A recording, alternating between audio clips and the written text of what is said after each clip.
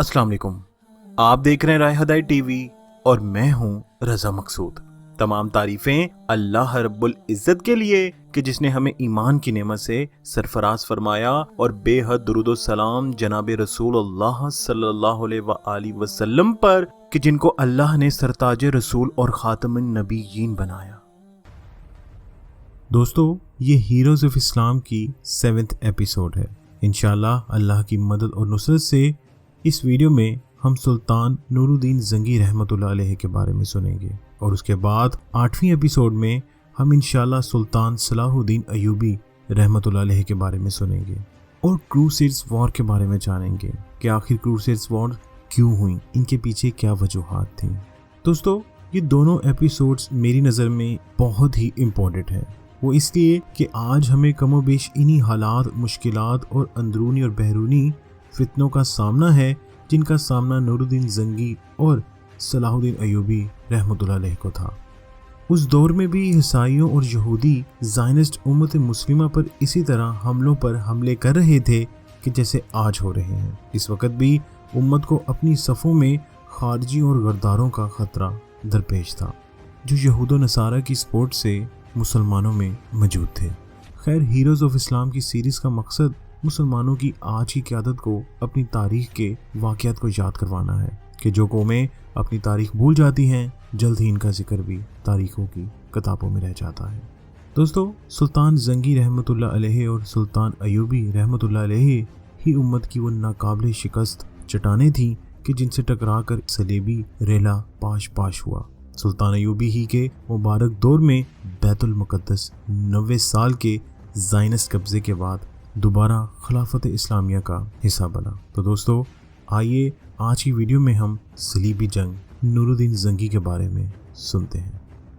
दोस्तों, 11वीं, 12वीं और 13वीं सदी ईस्वी में होने वाली सलीबी जंगें इंसानी तारीख का एक गैर मामूली बाब है। तकरीबन 250 साल तक जारी रहने वाली इस खौफनाक जंग में पूरी दुनिया एक आलमी जंग का शिकार थी। ये तहजीबों का टकराव होने के साथ साथ मज़ाहिब की भी जंग थी। मुसलमान ईसाई कौमें आपस में लड़ रही थी। दोस्तों, ये इतनी ख़तरनाक और तबाहकुन जंगें थीं कि 21st सेंचुरी के आगाज़ पर अमेरिकी सदर जॉर्ज बुश ने जब मिडल ईस्ट में जंगों का आगाज़ किया तो इसने भी ईसाई दुनिया की तरफ से मुसल्लत करदा इस जदीद जंग को सलीबी जंग यानी क्रूसेड वॉर कहा। यहाँ मैं बताता चलूँ कि तारीख में सलीबी जंगों को जुनूनी जंगों के नाम से भी याद किया जाता है। वो इसलिए कि ये वॉर्स करने के लिए ईसाई दुनिया ने मजहबी जुनून को इस्तेमाल किया। इन जंगों को सलीबी जंग यानी क्रूसेड वॉर कहने की वजह भी यही है कि इनको शुरू करने वाले ईसाई थे कि जो सलीब के नाम पर जज्बात बढ़ाकर ईसाई दुनिया को मुसलमान ममालिक पर हमला करने के लिए तैयार कर रहे थे। क्या दोस्तों, इससे पहले कि मैं नूरुद्दीन जंगी रहमतुल्लाह अलैह की तरफ बढ़ूं, मैं चाहता हूं कि हम सलीबी जंगों के हालात और वाक़यात को अच्छी तरह जान लें और ये भी जान लें कि कौन से लोग इनके पीछे थे, ताकि हमें उस वक़्त के हालात को समझने में कुछ आसानी हो। क्या दोस्तों, वेस्ट की तरफ से जो इत्तेहाद सलीबी जंगों के लिए बना, इसका एक पार्टनर बाज़ंतीनी सल्तनत भी थी। बाज़ंतीनी सल्तनत पिछले कई सौ सालों से मुसलमानों से बुरी तरह मार खाती चली आ रही थी और अब ये बात वाज़ेह हो चुकी थी कि ये तन्हा मुसलमानों का मुकाबला नहीं कर सकते, क्योंकि सल्जूक़ सुल्तान अल्प अरसलान रहमतुल्लाह अलैह ने 1071 में बैटल ऑफ मैंजिगट में बाज़ंतीनी सल्तनत को जो इबरतनाक शिकस्त दी थी वो ईसाइयों के लिए इंतहाई ज़िल्लत अमेज़ थी और अब वो ये खौफ महसूस कर रहे थे कि मुसलमान कोनिया जो मौजूदा तुर्की में है कि शहर को अपना मरकज़ बनाने के बाद अब कुस्तुनतुनिया की जानिब बढ़ेंगे। अगर मुसलमान कुस्तुनतुनिया फतह कर लेते हैं तो ये बाज़ंतीनी सल्तनत की हमायती मौत होगी। इसी खौफ की वजह से बाज़ंतीनी सल्तनत ने पूरी ईसाई दुनिया से मदद मांगना शुरू कर दी। इनका मकसद था कि ईसाई दुनिया मिलकर मुसलमानों को अपनी मशरकी इलाकों के जहाँ पर सल्जूक़ सुल्तानों ने कब्ज़ा कर लिया था, उनको वहाँ से बाहर निकाल दें। इस जंग से बाज़ंतीनी हुक्मरानों का यही एक मकसद था, लेकिन इन्हें इस बात का अंदाज़ा ना था कि सिर्फ ईसाई दुनिया की ईस्टर्न बॉर्डर की हिफाजत के लिए लड़ी जाने वाली ये जंग आने वाले 250 साल तक जारी रहेगी और इसके नतीजे में लगभग 1.5 करोड़ इंसान मुतासिर होंगे। और आने वाली सदियों तक इसके असरात दुनिया पर रहेंगे। खैर दोस्तों, यहाँ मैं आपको ये बात बताता चलूँ कि ईस्टर्न यूरोप और क्रिश्चियन दुनिया में इस जंग के शुरू होने से पहले ही वेस्टर्न यूरोप में मुसलमानों और ईसाइयों के दरमियान जंग हो रही थी। अंदलूसिया यानी स्पेन पहले ही तकरीबन 300 बरस से मुसलमानों के कब्जे में था और इस शिकस्त की वजह से ईसाई अपने अंदर मुसलमानों से बदला लेने की एक आग के अंदर जल रहे थे और इसमें मौजूदा पोप और मगरबी यूरोप के ममालिक जर्मनी, फ्रांस और इंग्लिस्तान शामिल थे।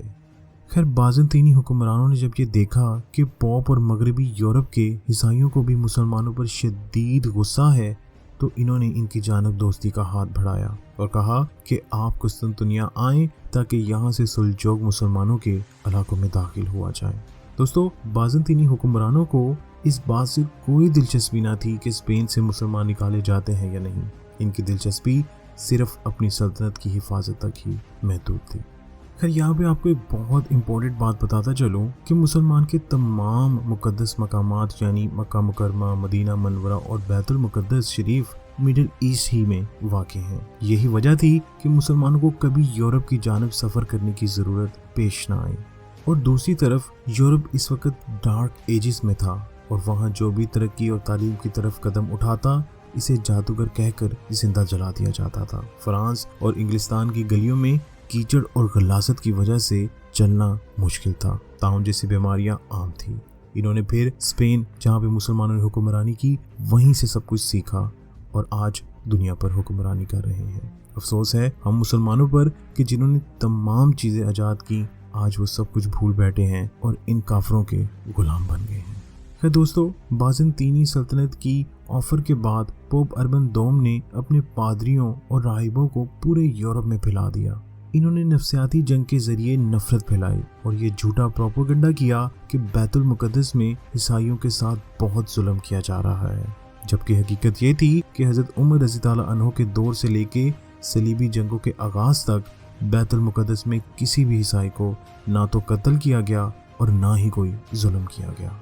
खैर दोस्तों, पीटर द हर्मिट नाम के एक राहिब ने यूरोप में जगह जगह ऐसी जुनूनी तकरीरें की कि जिनमें मजहबी नफरत, जुनून और लोगों को भड़काने की तमाम चीज़ें मौजूद थी। यूं पूरे यूरोप में मजहबी जुनून की आग भड़का दी गई। यूरोप की फौजें तो बाद में निकली, इनसे पहले ही आम यूरोपीय ईसाई इस राहिब के साथ कुस्तुनतुनिया की तरफ रवाना हो गए। इनका मकसद मुसलमानों के साथ जंग करके बैतुल मुकद्दस पर दोबारा कब्जा करना था। खैर दोस्तों, ईसाइयों की तरह यहूदियों के लिए भी बैतुल मुकद्दस बहुत मुकद्दस जगह है। मैंने इस पर एक वीडियो बनाई है, मैं उसका लिंक डिस्क्रिप्शन में दे देता हूँ, आप लोग वो देख लीजिएगा।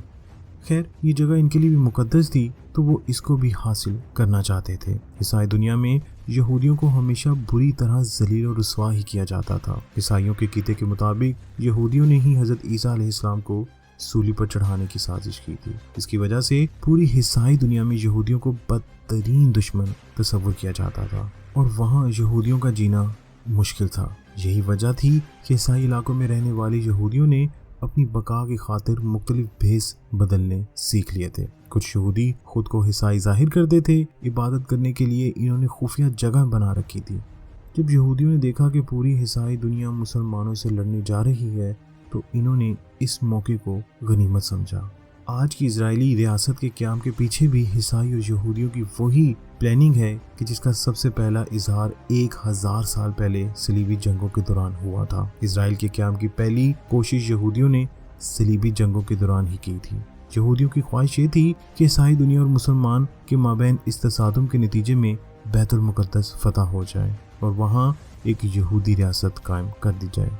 यहूदियों ने इस मकसद के लिए अपने ताकतवर लोग तैयार किए, जो तारीख में knight Templars, hospital knights, Teutonic knights के नाम से जाने जाते हैं।